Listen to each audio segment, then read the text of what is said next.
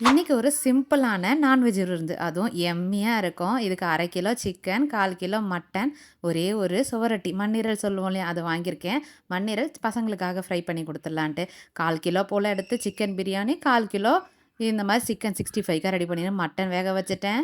எல்லாமே கடகடன்னு செஞ்சுட்டேன். 3 அடுப்புன்றதால காலைல வேலை குயிக்காவே முடிஞ்சிரும்.